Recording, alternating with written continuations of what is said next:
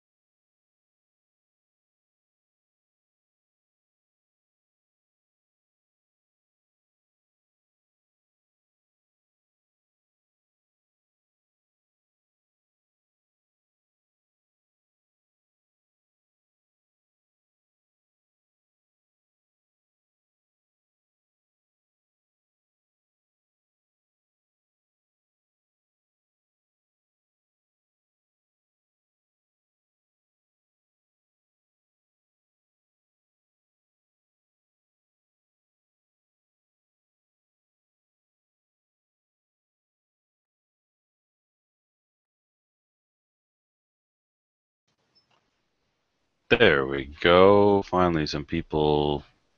Finally, I got the right link up.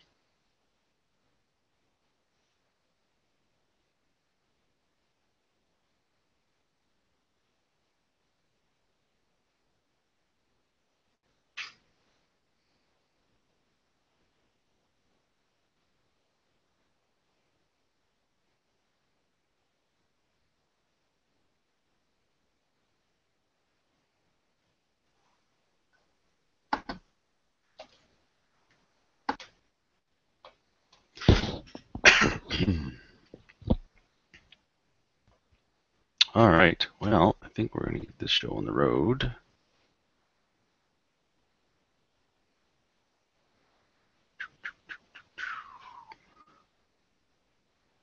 And for everybody listening, feel free to use the group chat on the side and chat along with yourselves if you want during the show. Can everybody hear me okay?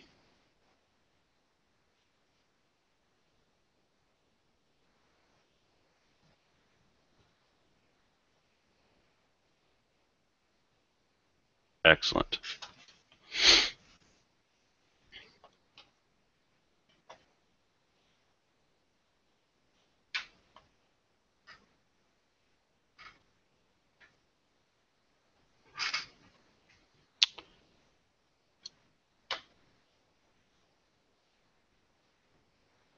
All right.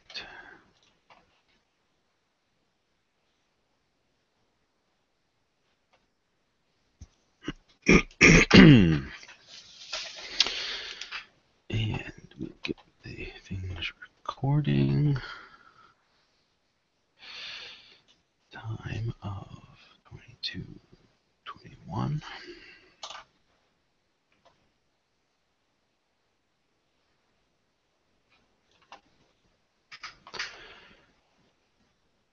Hello and welcome to Slamfire Radio, episode 118 for August the 6th, 2015. And I am your host, your one and only Owen Flewelling here tonight. And yeah, I am all by myself. It's kind of sad. I feel kind of lonely in here, but that's okay. I'm not actually alone. We're trying a little experiment here this evening. We're doing a live show, and I have a bunch of listeners with me. They're all being very good, very quiet. And hopefully we're going to get them on in a bit. First, we're going to start off the show like we usually do. And go right into what we did with guns. Of course, Matthew and Trevor, for those of you who don't know, are shooting SummerSlam. So the upcoming events that we always do where we push different events. We push SummerSlam. We've been pushing it for months and months. Well, it's actually on the go. So yeah, if you thought you were going to catch it, well, it's too late. Time you hear this, it's over. And Matthew is there helping Trevor run the match. Trevor's kind of in charge of the whole thing. So Matthew's there. They were shooting the last couple days, and now they're going to be running the match the next couple days for other people. So I'm sure we will hear lots more about that next week. As far as myself, I actually shot an IPSC match on Saturday. It's kind of a funny story. We started in the afternoon. The weather was kind of iffy. I wasn't really sure. It was one of those forecasts where it could go either way. And so we had everything set up. The guy, first time he'd ever put on a match, one of our IPSC members here. And so he put it on, and then he did all the setup for it. Worked really hard. He designed the stages and all that kind of stuff. And we set everything. He got everything set up just in time. People started showing up. Started running stages. We got to like the third stage, and you could see the clouds starting to roll in. We were like, "Oh no!" So we were like rushing, trying to get people through the third stage. Thinking, well, at least we'll get everyone through the third stage, and then maybe it'll, we'll get that done. We might have to take a break or something. Well, we got about 2 shooters from the end, and didn't it pour? And it was one of these rains. It didn't come slow. It was like you saw the first drop, and then the deluge. The heavens just opened up, and everything was soaked. So along the edge of our range, there's these big, huge, tall pine trees. So we're all hiding underneath the pine trees, and there's a little metal building there we use kind of as a safety area and to put stuff out of the weather. And we're all thinking, yeah, this is really smart. We're gonna in a thunderstorm, because you hear the thunder banging and booming and lightning. We're standing beside a metal building under big, tall trees. Yeah, we're really the smart ones here. So anyway, that was that, and we called the match eventually because it's probably 20 minutes. It just pouring rain. We stood around and talked and stuff, and finally it was like, yeah, I think this is going to be it. So we packed everything up. And then I think a bunch of them, I didn't go, but a bunch of them went the next day, went back because everything was still set up, and they just replaced all the targets that got wet and ended up finishing the match. So unfortunately, I didn't do very well because I only got to shoot 3 stages. And when you zero, 4 out of the 7 stages because you don't show up, yeah, you don't do very well. So that's about all I did this week with guns. And so we're going to roll right into upcoming events. We have Carbine Vitals 2 Clinic coming September 5th and 6th. That's a Saturday, Sunday. There's still some spaces available. If you want to sign up, email us slamfireradio@gmail.com, and we'll let you know how. There's kind of an addendum. This was supposed to be mentioned last week, and we forgot to get it in. We've got a bit of a contest running. 2 people that had planned to go to this course turned out they're unavailable to go to the course now. So what they've done is they've generously donated, each of them have donated their spots to the course to people who can go. So we're going to run a little contest here over the next few weeks. If you take a cool selfie, I almost hesitate to say that. Hopefully it doesn't infringe on my man card status or anything. Take a cool selfie with our flyer. You can go to our website and print off our Slamfire Radio flyer. Find a cool spot to take that selfie. At a gun store or at a your club or shooting guns or with a bunch of gunnies or who knows, wherever. The cooler the better. And then send us a picture. Send us that picture, and we will be judging them. The 3 of us will judge them, not so randomly. It's not a random draw. It will actually be judged, and the ones that we think the coolest, the 2 that we think are the coolest, will each get a spot for the course for free.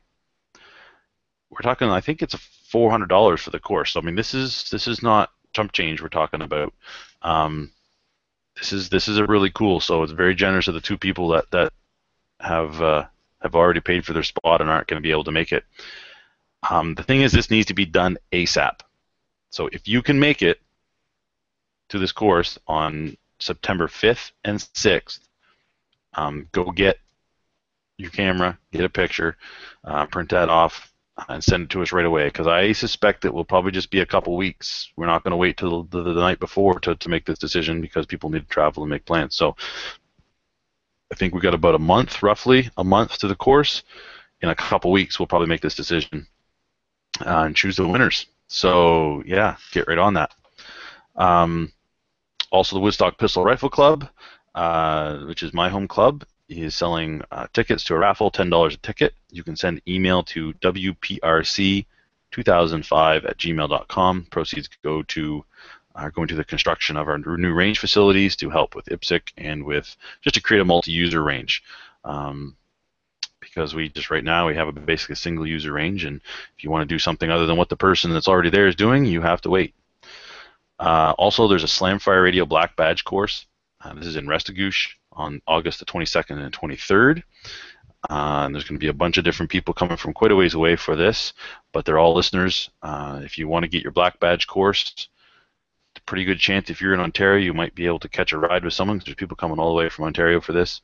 If you're in the Maritimes and want to come, and there'll be a match, of course, so you can always just shoot the match if you already have your Black Badge.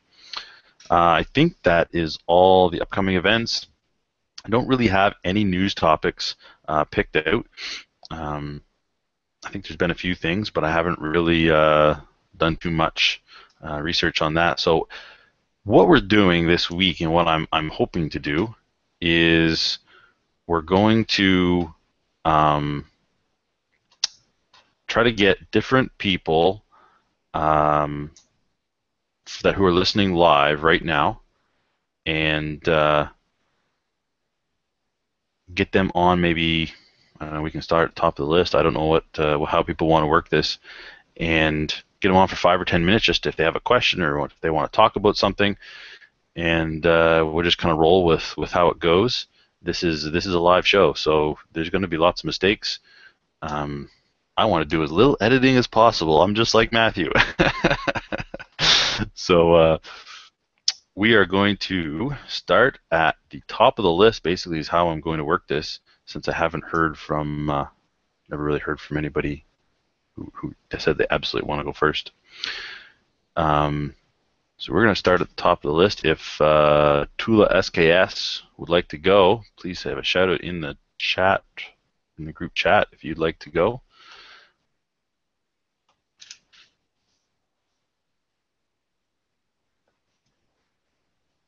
Pick someone else, he says. Okay. Who wants to go first? Let's do it that way.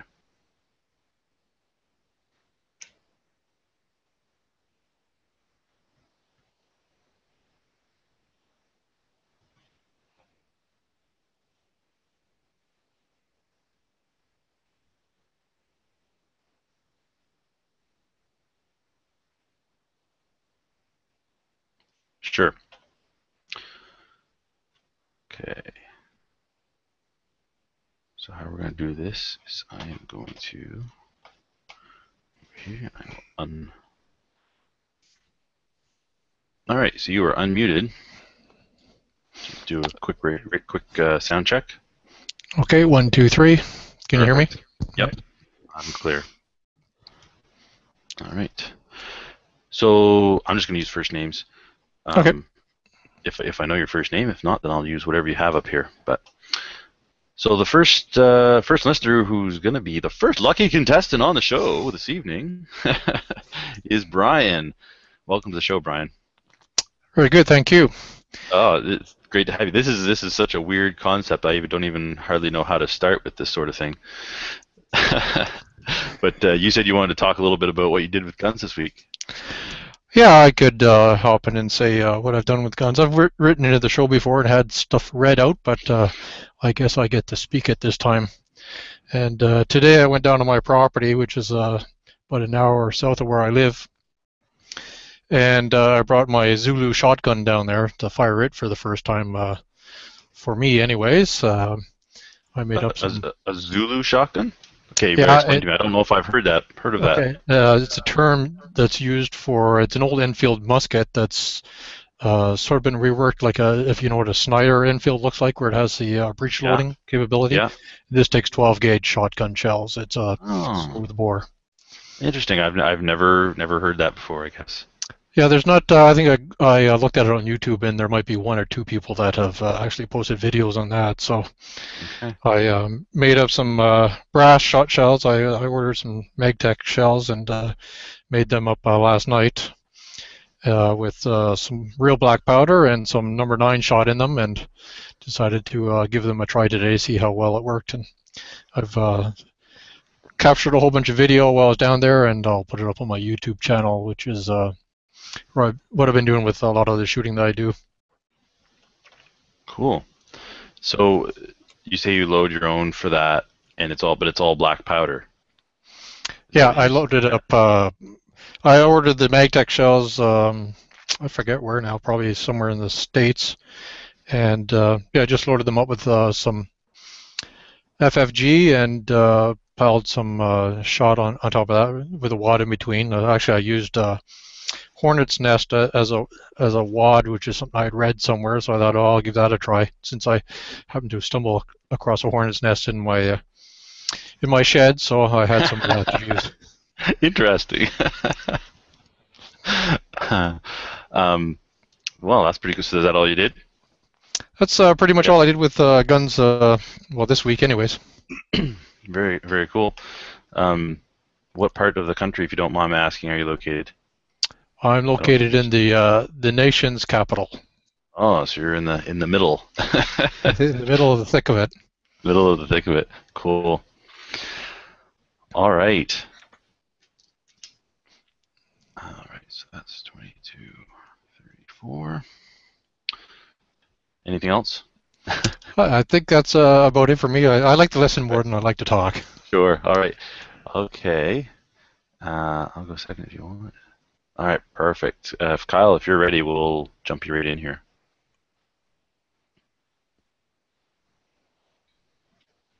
Can you hear me? Yes, I can. All right. Thanks, Brian. Excellent. Thank you.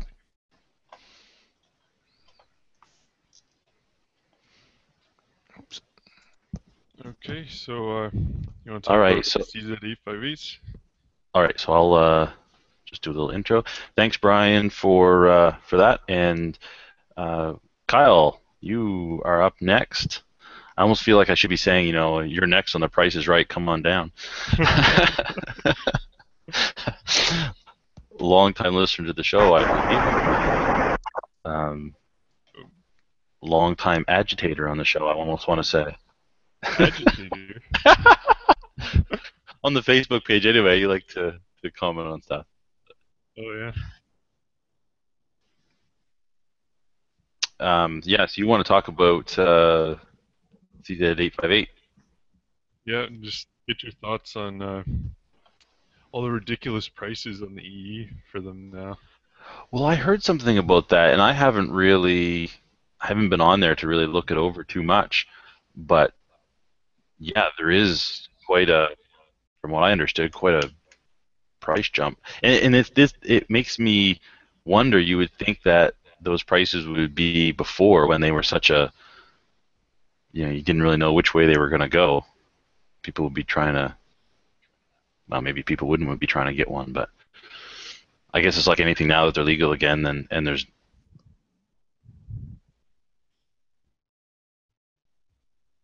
What?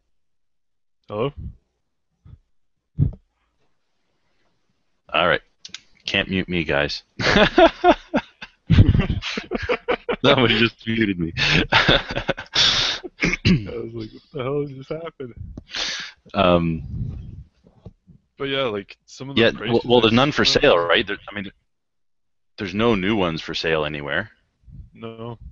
As far as I know. So I guess that's the only reason, is just the fact that there's so many people either trying to get rid of them or trying to swap them, so that in case they've got some kind of, they're worried that there's some kind of unofficial registry on them now, or people just trying to make a buck. Let's face it. Yeah, I think they're just the demand for them, since there's no retailers with them. Yeah. But they're asking almost double what they paid for them used. Most of them have corrosive ammo through them. Yeah. It's a bit ridiculous. Yeah. Why would you pay that much for one of those? And I mean, the VZ is still available as far as I know, and it's not that expensive. Yeah, it's brand new, basically the same price that these are going for. Yeah. Yeah, that's right. Yeah, well, I think that'll change, because there's definitely going to be dealers looking to bring these back, bring these in again. And oh, definitely. I think even Canada Ammo was talking about it already. Yeah. yeah, so when that happens, that'll settle everybody down. But Yeah, no, anyways, yeah, I'm it was good to hear happy though. I mean, to. I was quite happy when I heard, that part of that announcement that was all, getting straightened out in the Swiss Arms and everything is kind of, quote unquote, going back to normal. Yeah. So. Yeah, and I got mine out shooting on what day was it? Monday there, the holiday. Mm-hmm. And I was a bit rusty with the mag changes and everything, but I got the hang of it again. It was so much fun to shoot. Yeah, I've been looking to maybe pick up not I was looking more at the VZ58. In But 223 or yeah, in 762? 223, I want to get in 223 and put the AR Magwell adapter on, just Yeah. to kind of go with a non-restricted, um, non-restricted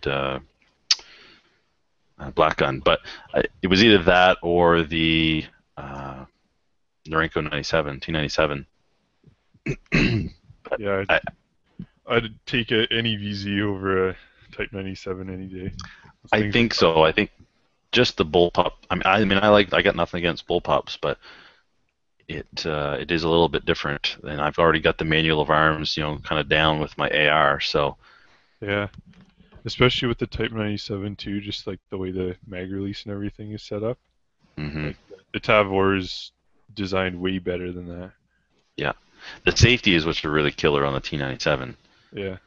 and I've got somebody actually working right now to see if it's possible to do a redesign on that safety.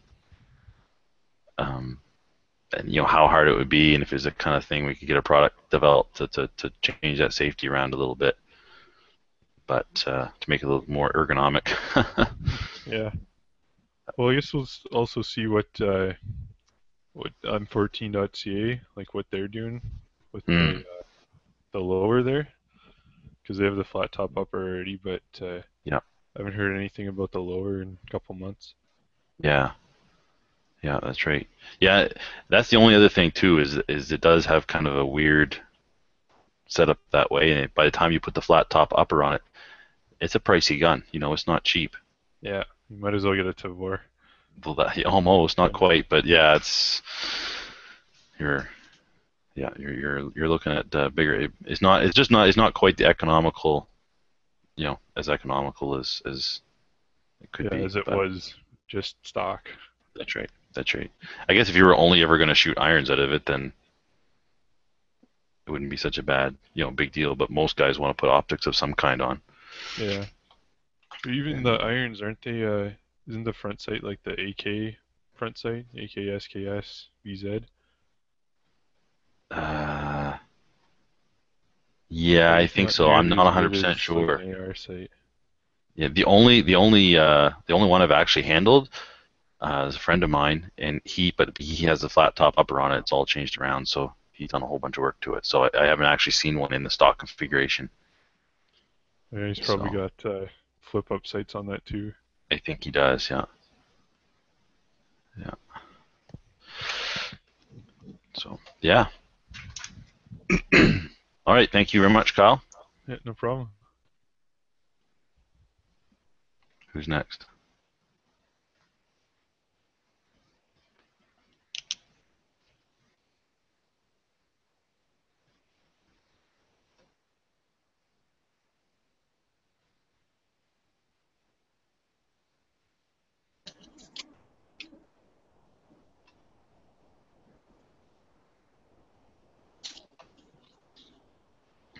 Okay.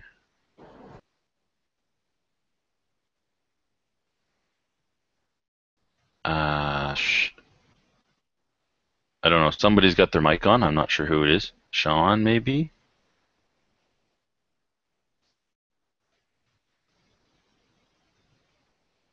There we go. Great. Okay, so I'm going to go over here. Our next bit we're going to do here is actually from a listener, Matt, who's just writing in a question since he can't come on and talk because he'll be disturbing other people in the house. So he's got an interesting question. He says, I have the opportunity to start a a new beginning, sold my house, and am in the process of getting a new one in a new part of New Brunswick. My question is, in a preparedness mindset, what criteria would you consider in purchasing a home and why? Wow, that's a big topic right there. I would definitely, first of all, look for property outside of an urban area. I mean, that it doesn't need to be in the middle of nowhere, and it doesn't even need to be a lot of property. There's a lot of different sectors of preparedness, and mindset that way. And when some people say, "Oh, I want to have a whole lot of land with a whole bunch of forest, and I got to be totally self-sufficient and do everything on my own." And then there's other people that just they're not really into that level of self-sufficiency, and they're looking more towards stockpiling and or whatever. But really, when it gets down to it, 10 acres is really all you need. You don't need 100 acres. There's enough crown land and friendly farmers around that if you want to hunt, there's no problem to get permission to hunt on land. Really, the thing is having enough space that if you want to put a garden in or plant a few fruit trees, just have a little bit of space to build some buildings and things like that, just to keep, as well keep your neighbors kind of right off your doorstep. Have a little privacy is nice, but again, you don't need. I mean, here I've got 40 acres, just because that's what the property was, but I really don't utilize it. I really probably only utilize 3 to 4 acres of it, maybe not even that at this point. So yeah, probably about 5 acres is probably all I really utilize, and that's for laying chickens and meat chickens and our gardens and our orchard, and the barn, and even you could work in grazing ground in that for some big larger animals without too much trouble. So you don't need a lot of land. Away from urban areas is nice, just based on the fact. I mean, you watch what happens, and these are, of course, bigger urban areas. You think of St. Louis and the other place just left me. But anyway, the other place I was experiencing riots recently. The things that go on there when there's either race type riots, or if you have some kind of economic issue, or even a natural disaster. We're not immune from that here. We tend to see it less. We're not in the tornado alley, and we're not really subject to earthquakes and hurricanes and all that, but we still do have our ice storms in the wintertime and things like that. And if something like that were to cause long-term effects, we definitely being a little bit outside of that urban area for 2 reasons. One, you're not inundated by a flood of angry people who are desperate. People who aren't used to being outside the city aren't going to venture too far outside the city. Second thing is government control. When you see, like in New Orleans during Katrina, there were certain sectors that were really cracked down on by government, and they really, kind of try to control those certain areas, and they tend to focus on the urban areas. So if you can be just outside of that, close enough that you can get support if you need it, but outside of that, so you don't have, a government confiscating your firearms and confiscating your supplies, it's nice to be outside. So that, obviously natural sources of water are important. Having a little bit of forest and wood for fuel sources, having some field, all of those things are good things to keep in mind. I don't really look at it and go, oh, we should, you got to have a good place to put a bunker. We're not fighting a war here. Preparedness isn't about fighting a war against the government or something. This is about survival, and so those are the types of things that you need to focus on.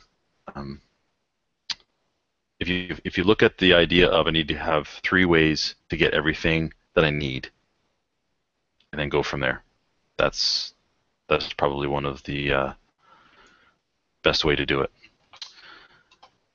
So yeah, thank you very much.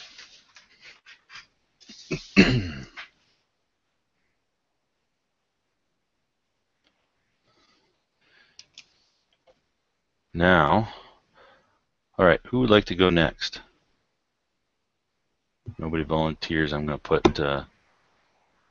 McClatchy on. I think I've just about covered everybody anyway.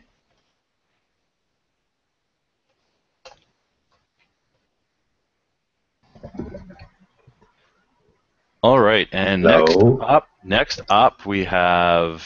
I have sound issues. I hear nothing. You hear nothing. That's not see good because nothing. we hear you. Everyone should recognize this Actually, voice. I see the inside of somebody's truck. Why do I see the inside of somebody's truck? That's just weird. You know you're live now, right?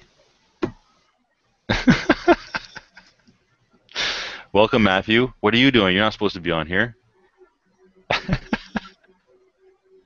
And he can't hear me, so this is not funny for him at all.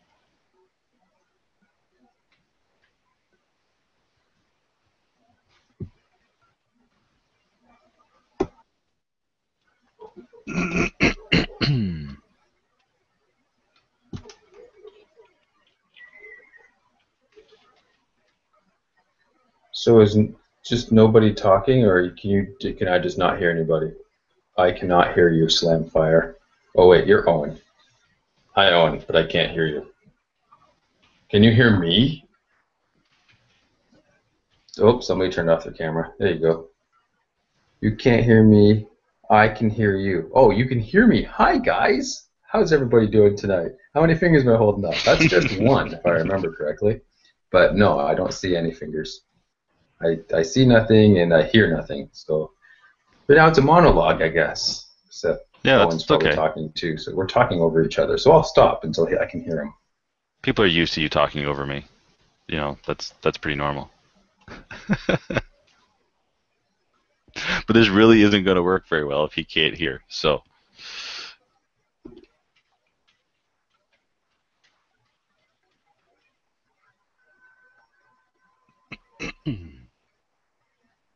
You're right. That won't work at all if I can't hear. So why can't I hear? Fix it, Owen. You're the best. You're the thing. The Okay. moderator. I don't know. This is going to be an editing nightmare. Yeah, it's weird that he can't get through any of that through his speakers. He's probably on his phone. Maybe. Let me check here. How do you mute the speakers but your microphone still works? How about I hang up and I come back? Maybe that'll work. No, I'm on the computer, Owen, on the laptop. So I'll hang up and try again.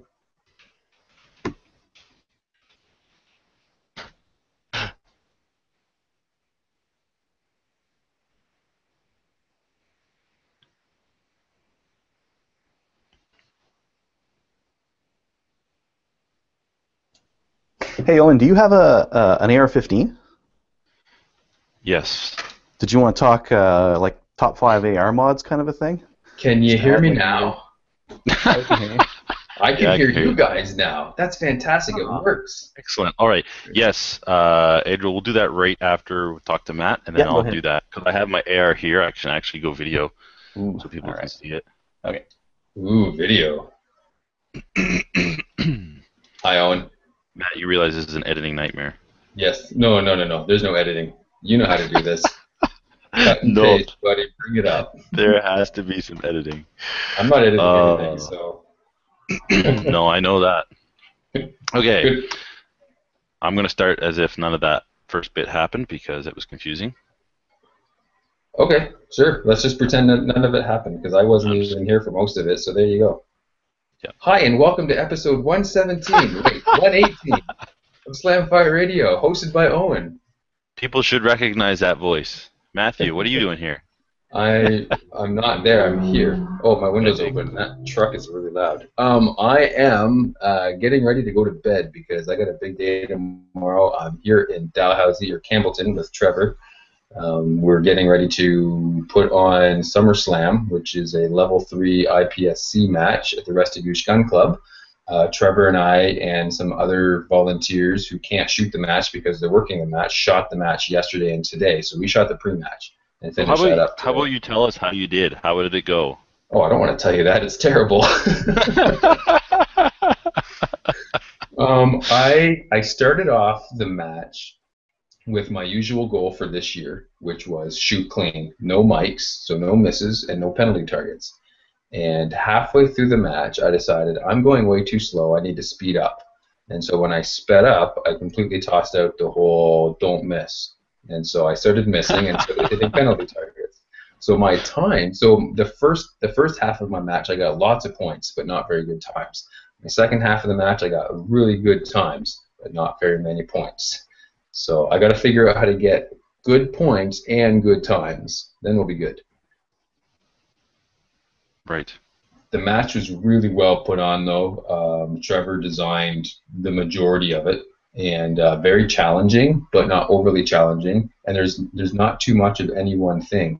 There are some really long shots. There is some running. There is some stand and deliver. There is some hosing. There's a little bit of everything, and it's really, really cool. Neat. Yep. That's Matt's, or I should say, Trevor's good at designing stages. I mean, he is really good at that. Yes, he is. He's very good at designing stages. Yeah, that's awesome. Because he's kind of like the top dude now there, isn't he? He pretty much is. Yeah. I mean, there were some pretty high-profile members that have either moved away or tragically, one of them lost his life in a motorcycle accident a couple of months ago. That really pared down the number of people those are the really active people in the pistol section of the club.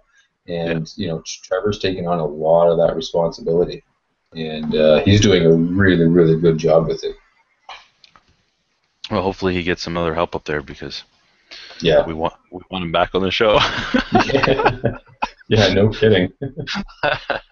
When we noticed that you were putting on the and thanks for letting us know, by the way, that you're doing this, because you basically called us up and said, "Hey, I'm doing this, so you guys just leave me alone."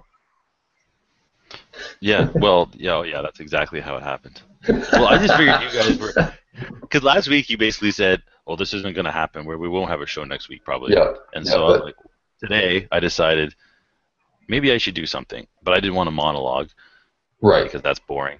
This is way more interesting. So I said, well, maybe this would be interesting. We tried this once before and had, did decent success with it.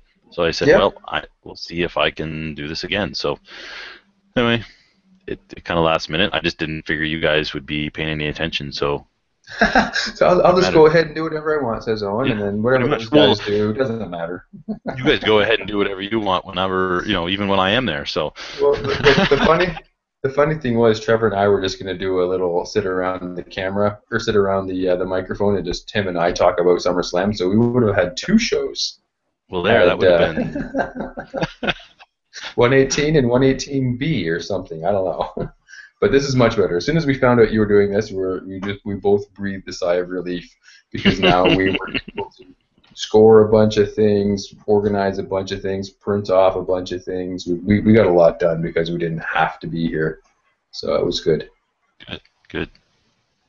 Well, yeah. I'm happy, I think, to do it. We'll see what happens when I try to edit, but that's funny. All right, good. So you're going to bed now? Very soon, yeah. Trevor's getting ready to read you your bedtime story? My bedtime story, yes. It's chapter 9 of the Ipsic Rule Book. That would put anybody to sleep.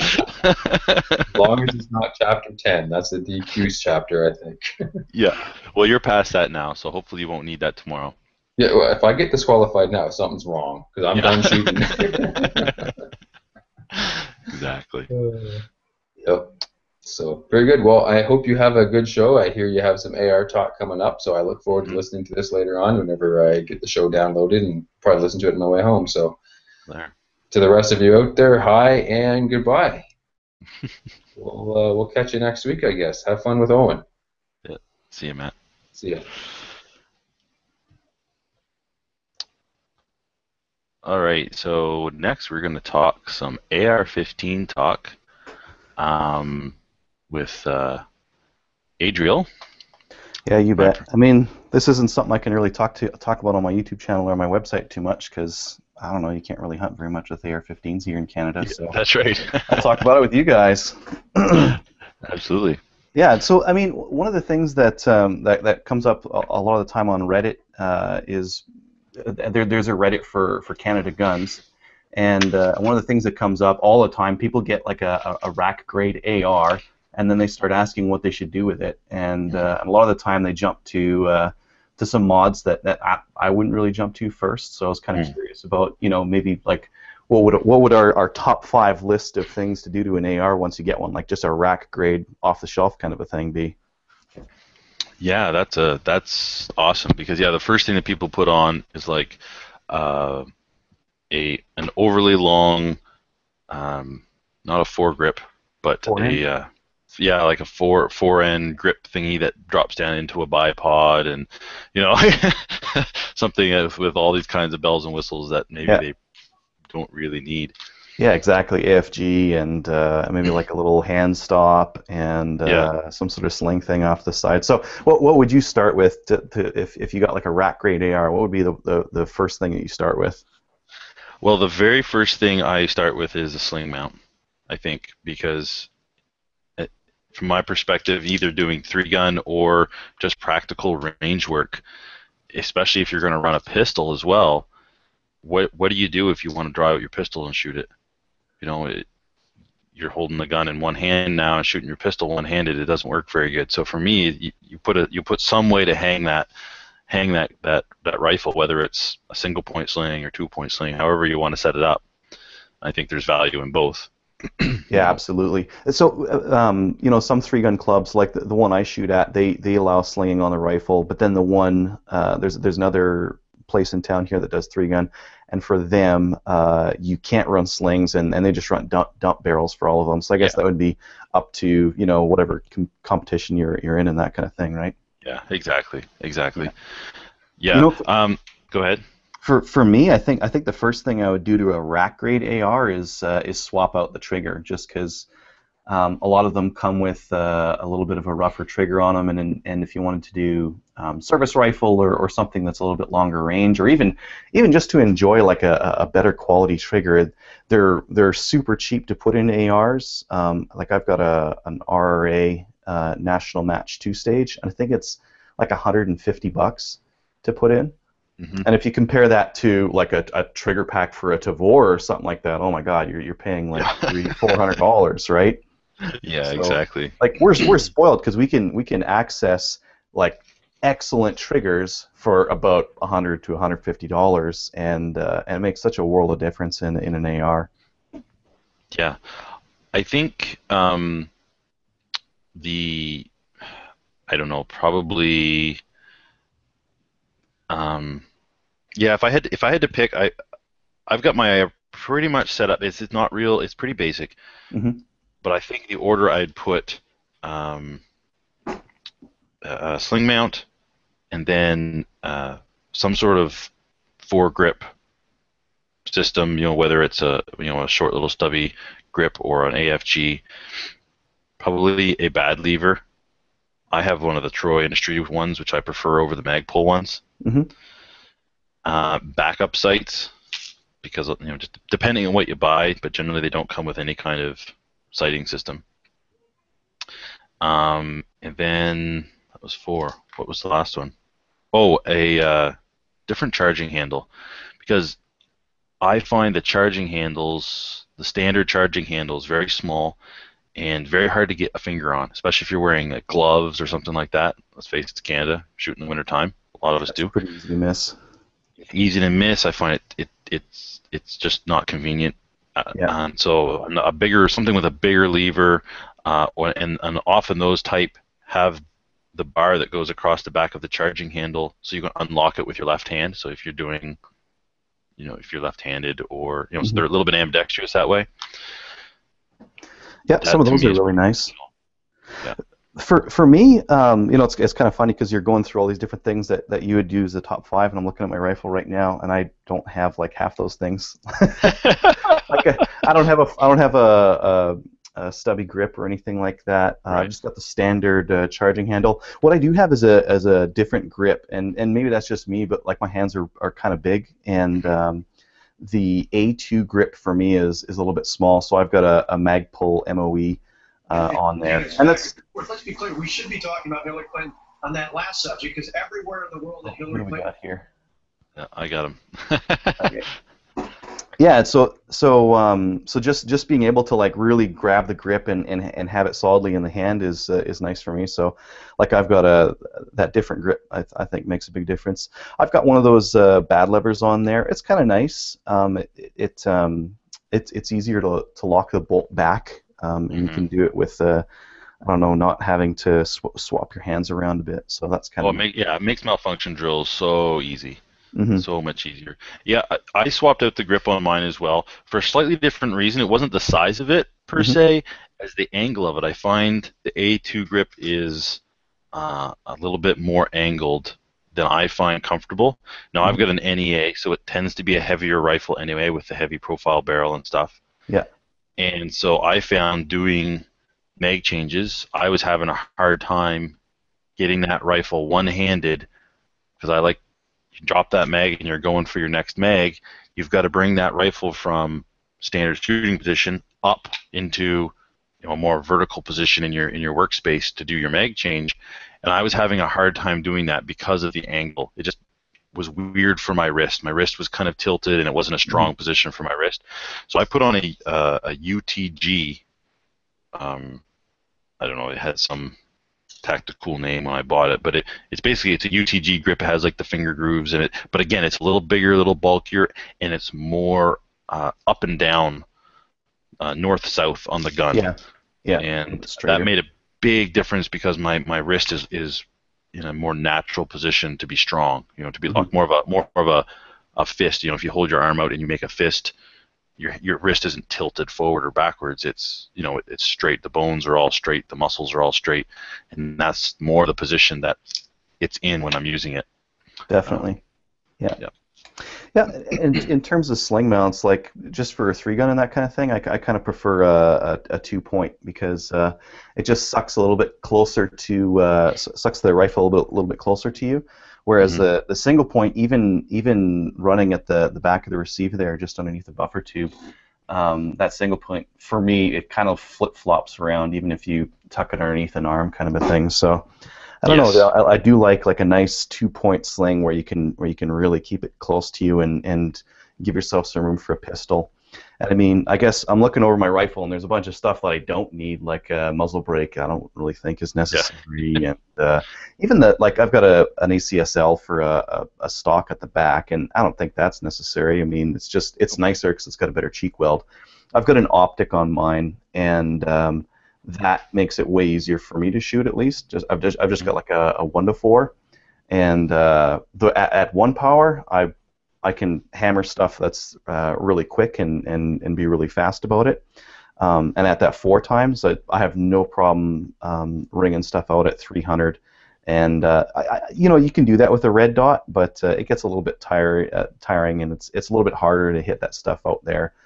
With a red dot, you're kind of guesstimating your drop on it, whereas with a 1-4, if you've got like a ballistic reticle on it, you can just point out the dot that you need to and start hitting stuff at 200 and 300 yards really easily. Yeah, absolutely. Yeah, an optic would definitely be up there for me, just because of the speed of it. And again, I've got a similar setup to you, I think. As far as the sling goes, I kind of have done the best of both worlds. I'm using kind of just the regular I think it's the M2 or the M3 Magpul sling. And I've got the single point right at the back of the lower receiver, and then I have their rail attachment for another sling mount up on the top of the handguard, so I can switch back and forth depending on the situation. So because I prefer shooting from a single hand position, I find that or single point position, I should say, the two-point sling, I find it holds it almost too close, and I don't know why, if it's my gear or the way I shoot. I have a hard time getting that gun up and being fast with it. So I like shooting from a single point, but you're right, it is, if you do have to transition and you drop that in, it's banging all over the place and whacking into your leg if you have to move or run, or then you kneel down and your muzzle's in the dirt and that kind of stuff. Yeah, it is hard to run with it. Now, your for your 2-point setup, is how far rear is your rear sling connection point? Because the further rear you get, and maybe this is just me, but I find that sling gets out of the way, and it lets you keep the sling over your back or even over your neck, and still keep the rifle like in a shooting position. And then once you're done with it, basically just dump it. And if you've got those sling points towards the rear on the rear one and kind of high and high on the front as well, what it does is keep the rifle sideways on you, and it won't like tilt or hit you in the stomach with the handle or the optic or whatever. Yeah, it doesn't want to flip over. Yeah, exactly. Yeah. Well, the Magpul sling single point is right at, it goes in place of that plate on the buffer tube. And then the other one, I have it fairly far forward, probably, because I've got a 14.5-inch barrel. It's probably 9 inches down the barrel, I want to say. 9-10 inches down the barrel. So it's fairly far forward. Maybe that if I moved that back, it would be a little more comfortable to shoot from the two-point position. I don't know. But your rear one is just at the connection between the buffer tube and the lower receiver. So it's not like the top of the. Cause sometimes you see them on the top of the stock, right? You'll be at the back of the stock or something. Yeah, like mine's about 3 inches from the back of my stock, so it's not too loose when I sling it, but I can still pull it up and have it around my neck and still be able to shoot it without having to like duck under the sling or get the sling out of the way. Yep, nice. Anyways, enough. Yeah, and I think a lot of getting back to accessories on the rifle, I think a lot of the misunderstanding with accessories is what they're for. Some stuff is pretty self-explanatory, but especially when it comes to like the AFG or those types of things, people put them on and think they're there for stabilization of the rifle or whatever. They're really just there as an index point. Yeah. I can shoot without the AFG, no problem. But it is nice for shooting to know that my hand goes to exactly the same spot every single time, and there's no, I don't have to, my grip is the same, everything's exactly the same. And I even have it, my sling mount on the front there is mounted in just such a way that my thumb sits just underneath that, almost, so I know it's exactly the same every time. If I can feel that sling mount with my finger, it's right there. I also have a flashlight mounted on mine, and the flashlight's right there, so I know that my hand's going to go to a spot that all I have to do is move my thumb, and there's the button on the flashlight. So it really gives me a very consistent shooting position every single time I pick up the rifle. Yeah, absolutely. Let's face it, with shooting, that's half the battle, is just being consistent. Yeah, exactly. So, yeah. Sweet. Okay, Yeah. I think that's 5. Did I say 5? You definitely got 5. I think I got 5 in. Yeah, I think I got 5 in. So, Cool. I was going to comment on the trigger because I'm not a huge trigger person. I don't know why. Trevor's always messing around with triggers and his Glocks and around his all his guns, but I'm not that way. I really don't care. I just whatever comes in the gun is usually good enough for me. At least on my ARs, I feel like a mil-spec trigger is good enough. Now I did put one of the ARs I built, I put I think it was a CMMG a trigger kit in it. Yeah. Which I don't think is a real high-end trigger kit. But it was nicer than the NEA ones. So whatever. Yeah, a lot of it's just trying to beat the rack grade, right? Just trying to be just a little bit better. Yeah. So, but anyway, yeah, that's awesome. Sweet. Okay, I'm out of here. Thanks. Okay, thanks, so.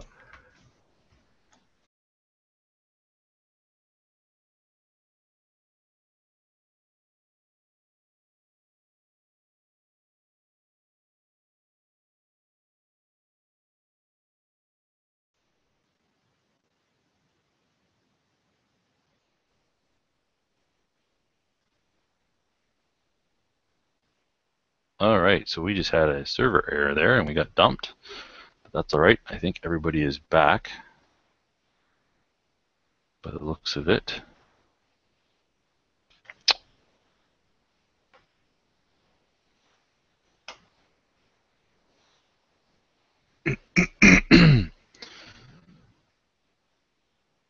So, who else has not gone? Does anybody else have anything they'd like to talk about?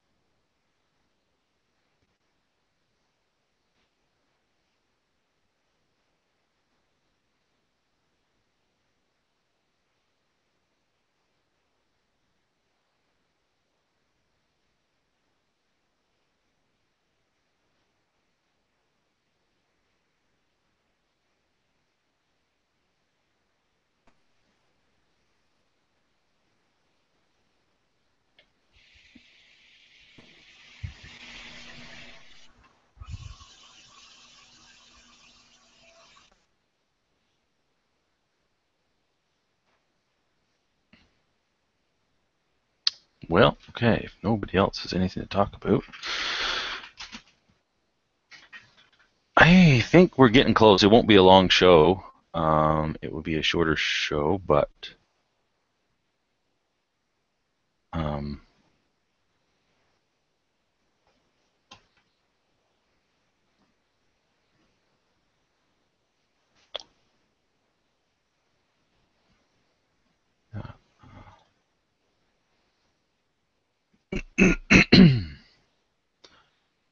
yeah, do you want to join me and talk about that election? I don't really want a monologue is all. It's not very interesting for the listeners. That's all I'm thinking.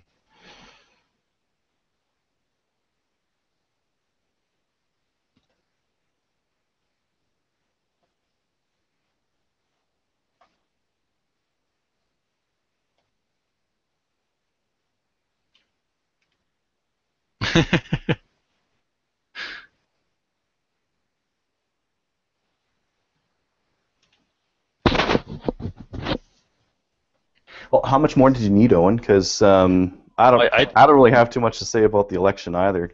I hope the Conservatives win so that we don't get a bunch of guns banned. But I don't know. You want to talk like 22s or shotguns or? I'm just trying to think what else we could do because we don't have any minute time limit. Like yeah. What about are you at right now? Because you guys usually do about an hour, right? Yeah, we're pushing, but we're about an hour. But yeah. I got to edit a bit out of this too, because just some of the pauses and stuff, I'll edit it just to make it a little more continuous. I mean, have you seen the new Mossberg Blazes? I think you guys talked about the Blaze 47. No, I haven't. So I picked one up to review, and they're hilarious because they're like a really big departure from how like polymer rifles have been done in the past, because they've got they're like a clamshell design. They've got like two halves that are screwed together, and that's how the gun is like kept together. It's got 16 screws on one side that hold the two halves together, and the barreled action is just kind of like sitting in there, and polymer receiver, the whole kit and caboodle. It is one of the weird 22s that I've seen. Oh yeah, it's crazy. And I mean, right now they're $200, which I think is way too much, because you can get a $795 for $150, or you know, even add a little bit of money and you can get to a 1022 or something like that. But just from the construction, you can see that these things are going to be way cheaper down the line, because it's all plastic. It's like a Super Soaker, that the way that the thing's put together. It's crazy. Yeah, well, that's the thing. It's unfortunate. I don't like those kinds of guns that feel like toys, but you know why they do it. You know why the company does it, because they can crank them out and just get them on through an assembly line and get them onto market. Oh yeah, I think they're going to be able to get this thing down to, I think, even selling for like $100 a pop, which would be Yeah, I mean that's low priced, and I think they're going to be able to get there. It's just like a pretty big departure from how guns are made. Like not that they're made that robustly now, but it just kind of reminded me. There's an article I read on I think it was on Chuck Hawkes like 10 years ago, and this was back when they were bringing in the Tikas with synthetic stocks. And the guy was talking about how synthetic's kind of crappy, and really you need like a really good high quality wood stock. And you look now, and all the hunting rifles are pretty much coming with polymer stocks of one flavor or another. So I don't know if this is just moving more towards firearms that are priced so low that they're practically disposable, but it's a really interesting step in it nonetheless. Yeah, well, you see these progressions in firearms, well, in all industries really, but in the firearms industry, you look back and you go, oh yeah, this was kind of an unusual thing at the time, but it was a good idea, and then more companies started going with it. It's sort of like polymer pistols. Yeah, would have been exactly. unheard of at one time, and then Glock did it, and then Smith & Wesson did it, and the next thing you know, everybody's doing it, and that's all you ever really see is polymer pistols almost. Eventually there'll be something else someone will come up with a good idea. And there's probably been a few ideas along the way that came out and tried it and it didn't work, and so they scrapped it. I was commenting to someone the other day about wood on rifles and how it's kind of like cars. At one time you had to special order the automatics because the standard a manual transmission that's what everyone had. That's what the norm was. Well, now it's the other way around. You almost have to special order a standard, a manual transmission as opposed to, because everything's automatic. Yeah, and it's almost the same now. Your everyday rifles that you would see on the gun rack are polymer stocks, and if you want the fancy wood one, you have to order it.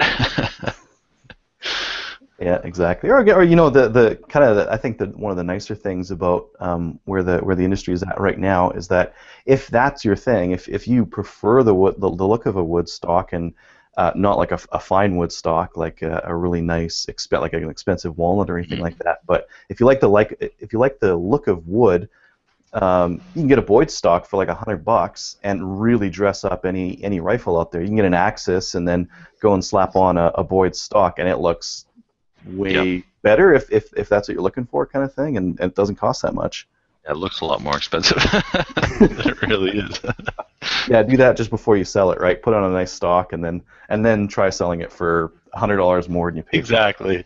Well, it must shoot better because it has this, other stock. So. Yeah, well, I mean, if oftentimes they do. The stock, it's really hard to tell apart all those bolt action rifles. Like an Axis from even like an X-Bolt is, to a layperson, someone that doesn't know what they're looking for, is those two rifles look really similar. Yeah, exactly. Yeah, throw a nice stock on and looks a lot better. Cool. Yeah. Yeah. So, anyways, I just wanted to bring that up because I know that they're pretty new. I've just found one in stock here in Canada, so I picked it up just so I could pull it apart and review it and do a video on it and all that kind of stuff. And it's hilarious. It's so hilarious. Yeah. It's it will be interesting to see how it lasts. That's what the only big thing I question about some of those. Oh, it can't. It's like it's got 16. What happens if you strip out a screw? It's in plastic, so you're screwed. That screw is now stripped. You've got more, but it's a clamshell design. It clamps together in the middle there. So any old stripped screw, I guess you could fix it with some epoxy or something like that. I don't know if I'll have it around for the winter, but if I do, we get really cold winters here in northern Alberta. So if I've still got it for winter, I'm going to take it out on one of these like minus 30 days and see if it can survive. Drop it on the concrete. Yeah. Well, it's like so many other things. They probably build it in such a way, and their thinking is, well, if it breaks, they'll just throw it away and buy another rifle. Because it's only, eventually, you're like you say, the cost could get down to the point where it's $100. I mean, I can fill my truck for, like, every week I put $100 worth of gas in my truck just to fill it once. $100 isn't much money anymore. Yeah, well, and so think about this, a lot of parents when they start their kids off, they'll start them off with like a Daisy Red Ryder rifle or like a BB gun or something like that, right? Mhm. And maybe for those older kids who are showing more of an interest in the sport, now you can start them at $100.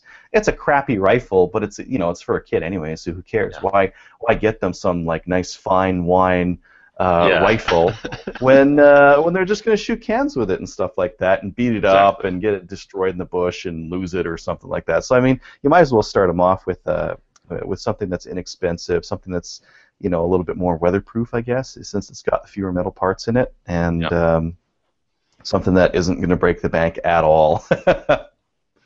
Yeah, that's right. Yeah. Awesome. Thank you. Yeah, no problem.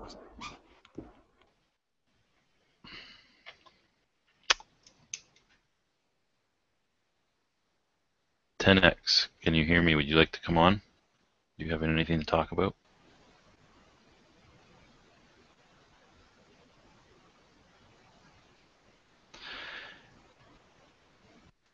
And was that a yes or a no? All right, and now joining us is the illustrious 10X. As many of our listeners, most of our listeners should be familiar with him now. Welcome to the show again.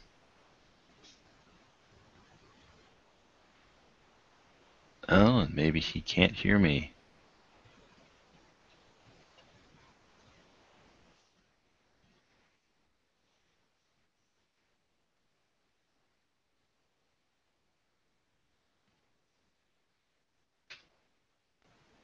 Hello? There you are. Yes. Sorry, I haven't used this headset for a while, so the microphone had been switched off. No problem. Just thinking there on plastic stocks, plastic guns, and things of that nature. Wasn't that done with the Remington Nylon 66 quite a few years ago? Yes, it could have been. I'm not familiar with that rifle myself, so. Interesting little rifle. Some of them were made right here in Canada and in Ontario, not 1,000 miles away from where I live at the minute in Cobourg, Ontario. Plastic stock, plastic receiver with metal bolt, metal barrel. So I guess everything old is new again. Yeah, well, that's true. Sometimes one company will try something and then have it not work for them, and another company will go, "Hey, let's revisit it. We can do this better." Yeah. So you're on your own tonight, then, big man? I am on my own here. This is interesting. It's been good though. We've covered a lot of different topics, and it's going to be a bit of an editing nightmare to go through and cut out all the little bits of silence and the transition from one person to another. But I think it'll work. That's what Audacity's for. Exactly. So, what have you been up to with guns up in your area? Anything exciting? I have to admit, very, very little. Work's been a bit intense recently, and between that and trying to make the best of the cottage, the range has kind of missed out. Mm-hmm. Yeah, I did pass by one of my favorite gun stores today, Accuracy Plus, up in Peterborough. Great place. Okay. Yeah. You just drove by it? Give our friendly wave, honked a horn, and passed on by because, unfortunately, you know what time's like, you know what families are like. I think the next thing I'm probably going to do with guns will be when we take off to the States at the end of the month. 9X has got his heart set on running some full auto stuff. We will be in the Orlando area, and he'll probably be doing some of that. Fun. Always. Yeah, that would be fun. Mm-hmm. Excellent. So how about yourself? As far as guns, well, you can catch that at the beginning of the show. Absolutely. You're joining us a little bit late here tonight, but that's all right. Yeah, I'm sorry. Once we got down, unpacked from getting from the cottage, all that sort of stuff, you know where time goes. Yeah, no, exactly. I guess, did you cover any of the announcements about Bill C-42? Nothing in too much detail. We'll probably talk a little more about that maybe next week when everybody's on. Yeah. Unfortunately, what can you do? Yeah. I was looking at, it's one of those things, I don't know where you stand on red dot optics, but there is a little bit of a price difference between here and the States, and thoughts were running through my head on maybe bringing something back. One of the issues is that I look at some of the more affordable red dots like the Vortex Spark 2, and sometimes feel that with the controls on the side, it does cover an awful lot of what you're looking at. Yeah. Yeah, I've never had a problem with it, but maybe I've got wide head or something. I don't know. That's one of the things there. That there's nowhere to rent to try, and sometimes you're lucky you find somebody at the range who has something like that. What I would really like is a Neotech, but they're getting up there in price now.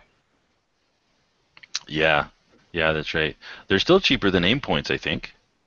Absolutely, they are. The Aimpoints are absolutely nice, but they are a lot of coin. There's pros and cons between the two of them. The Aimpoints are pretty much indestructible. Drive trucks over them, all sorts of things of that nature. You can still get the EOTechs. You run them on AA's. AA batteries, you can find them pretty much everywhere. Yeah. But all with comes down to... with the battery life on an Aimpoint, you almost don't even have to worry about it. What is it, 12,000 hours, something of that nature? I think it's more than that. I mean, it probably depends on which model you get as well. But yeah, they're just unbelievable, the battery life on them. You pretty much just turn them on and leave them on. Mm-hmm. Whenever somebody like Larry Vickers endorses the Aimpoint Micro T1s, you kind of think, yeah, I'm going to have to listen to this guy. He may know what he's talking about. Exactly. Yeah, just the whole holographic sight on the EOTechs, it's always intrigued me. I like that big field of view. Mm-hmm. But I wish my pockets were deeper. That's always the problem. It's part of being Scottish, Owen. Short arms, long pockets. What can you do? Exactly. Absolutely. All right. Very good. Thank you. Yeah, you're most welcome.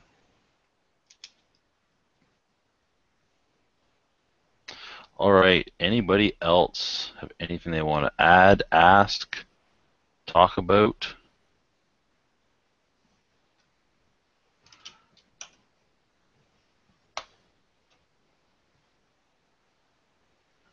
You can, if you don't want to actually talk, you can post a question in the chat, and then I can just try and answer it if you want.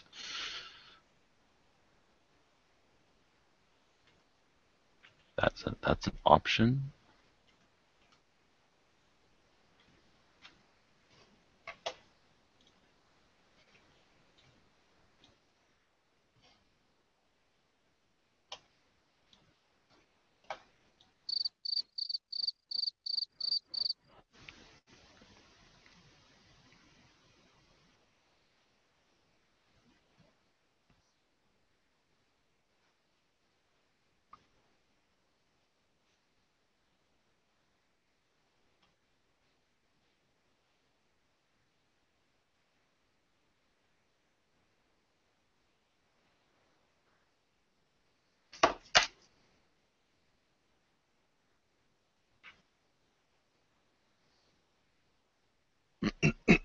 Okay, so we have another question here on the chat that's been typed in. Someone shy, I think, says, "Hi, I'm after my first striker-fired pistol, $600 budget. Any suggestions?" That is, yeah, you're kind of right in that budget range where something like a Glock 17 is just over it, unless you can find maybe a good used one. Sometimes you can find good used Glocks for for $500 or $600, somewhere in there. The M&Ps are great as far as quality, though their triggers are a little bit iffy. M&P 9, and but then you get the range kits, brand new. I think right around $600, and that give you a holster and a couple mags, a couple mag holders. I think 3 mags come with them, 2 or 3, I forget. The speed loaders that come with them, you can just throw them away. They're not much good, though they will get you by in a pinch. But yeah, the M&Ps are definitely worth checking out. The other one is the oh man, I can't remember the name of it now. Darn. It's made by FN. Trevor has one. Sorry, just had a mind blank. I can't remember the model name of it now.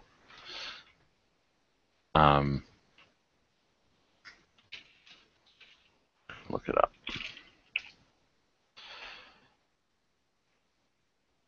The FNS. So the FNS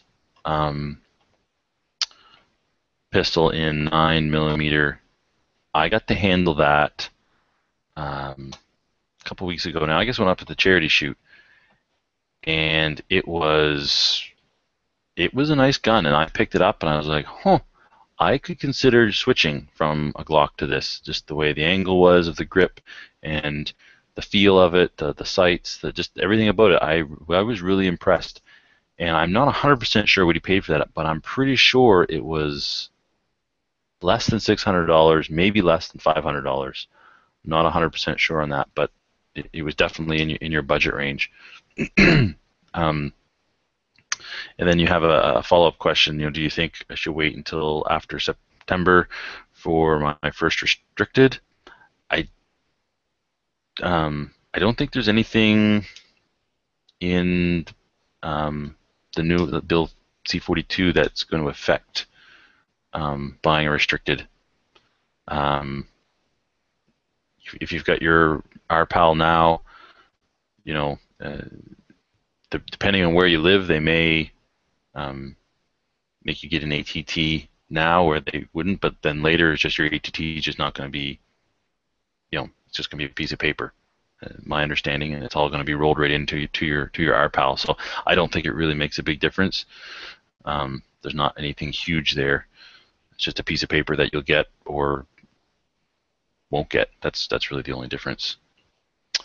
And as 10X has pointed out, many ranges in Ontario still require the handgun safety course, but it depends on where in the country you live and stuff as to whether that's going to be necessary for you. That'll be over and above, I think, anything that happens on September 2nd. So you'd have to do that now or even later. The other pistol that a lot of people look at is the Ruger SR9, and I know Matthew has a lot of experience with that. Shot that for years, and they're getting up there in price because they're so popular, and they're becoming more and more popular. So, the prices I think are rising, but they're still an economical pistol, and they're still a great pistol. So that's another one to look at for sure.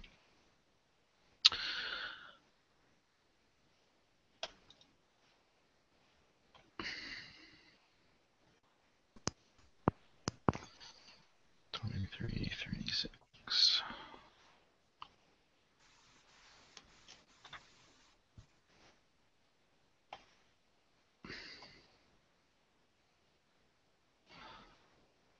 All right.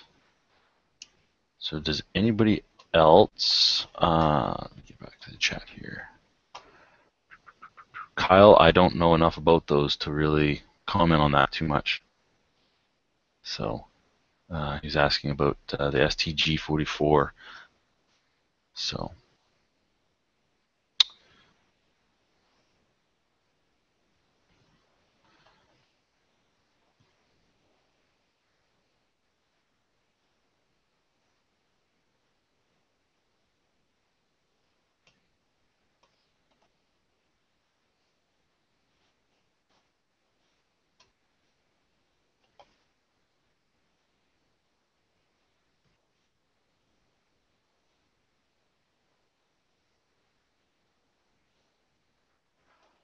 All right, well, I think if that's everything, if nobody else has anything they want to add or talk about, then I'll probably wrap up the show. 'Cause it's getting to a pretty good length here, even by the time I edit it. Thank you everybody for participating. This was a lot of fun. I would like to do this again, maybe with with Matt and Trevor on to get the three of us going, and I think this could be pretty good. I think it makes for interesting shows when we can get everybody kind of interacting back and forth like this. It is a little bit more confusing for people who listen later because they're not in on the some of the group chat that's going on the side, but I think it's kind of interesting to interact live with listeners. So thank you very much for that. I'm going to finish out the show here now, so we're not quite done. So we're not going to do any listener feedback this week just because we've had a pretty good discussion with everyone here, and I'm going to save all that email for next week. So if you send in an email, don't worry, we will get to it. It will just be next week. And if you do want to send email to the show, you can check it out at slamfireradio@gmail.com and send on news stories or questions or comments or make fun of Trevor, and especially send in pictures of ARs with wood on them. Trevor loves that. That's like his big thing. So if you can do that, he would be very grateful. Basically, big shout out as far as shout outs. A huge shout out to everyone who joined in tonight and made this possible. If none of you people had shown up, yeah, this would have been a lot more boring. Well, not more boring. It would have been boring. This was actually pretty good. I'm pretty excited about this because just listening to me talk for an hour and a half would really have been boring. Also, check out the Crusader Podcast Network at crusaderpodcast.com and join any or all of our national firearms associations. Check us out on Gun Owners of Canada. We've got a forum over there, and like us on Facebook as well. We're at 1,251 likes. 2 thumbs up. We're still at 2 thumbs up. So hopefully we can add to our 2 thumbs up or to add to our thumbs up counting category. With that, I think that's all for the show this week. Thank you for listening. Hug your guns. Take someone shooting. Trevor's not Ron Burgundy. And I'm out for tonight. Goodbye, everybody.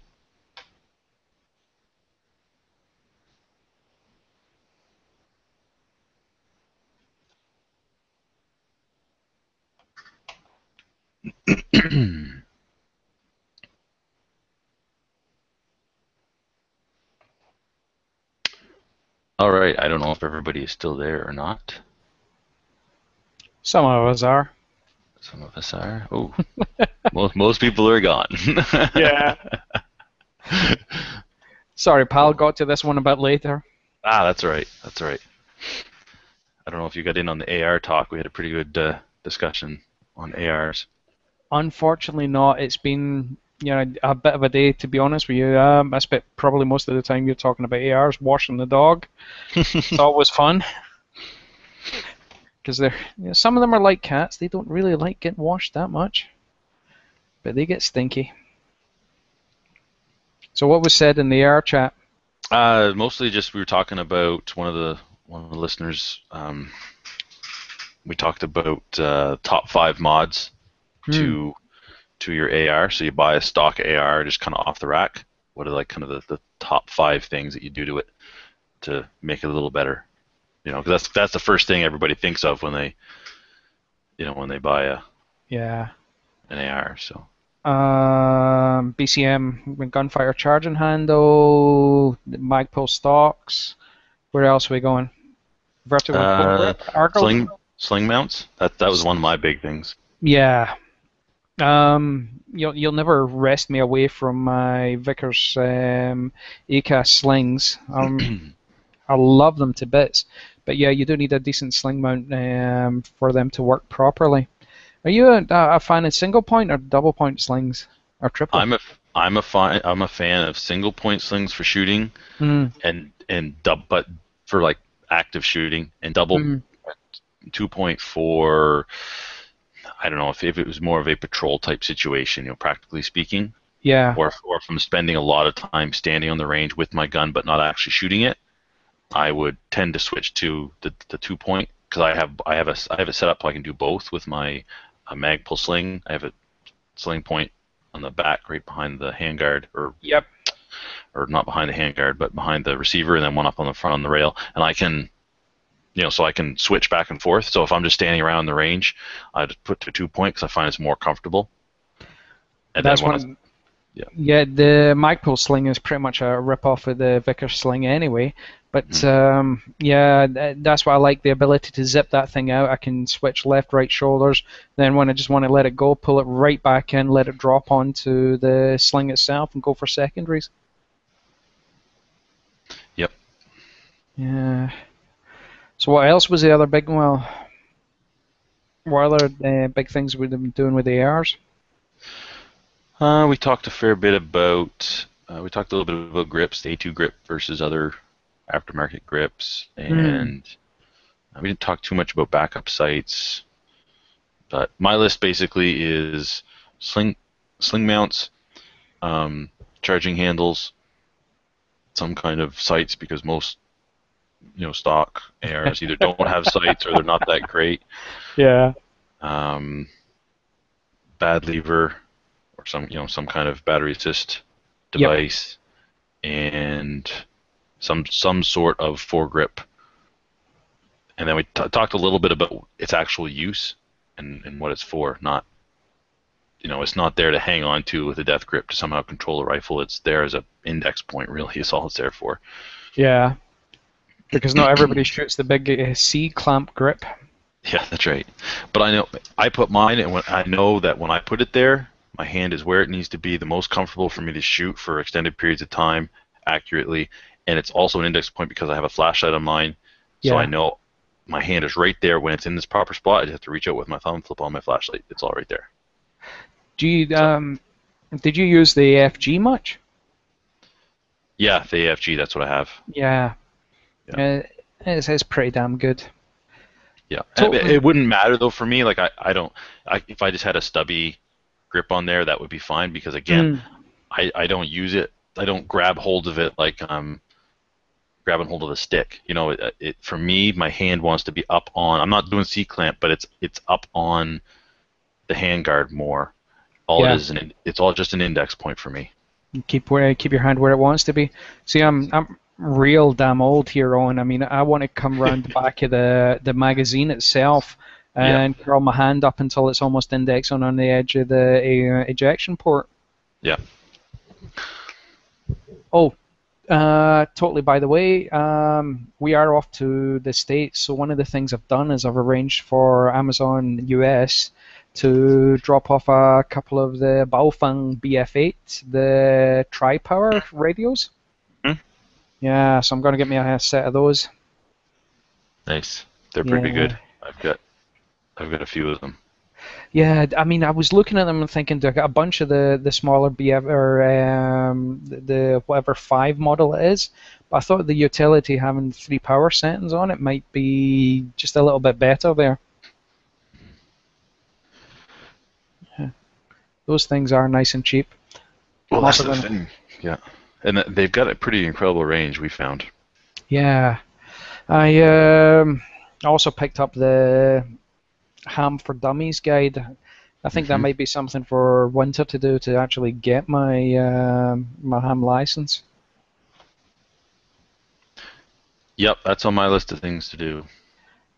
Yeah, those lists are always huge. All right. Well, I've got to get to work here and try to get this show edited and sorted. Yeah. Yeah. So what happened to you? How come you're not down at SummerSlam?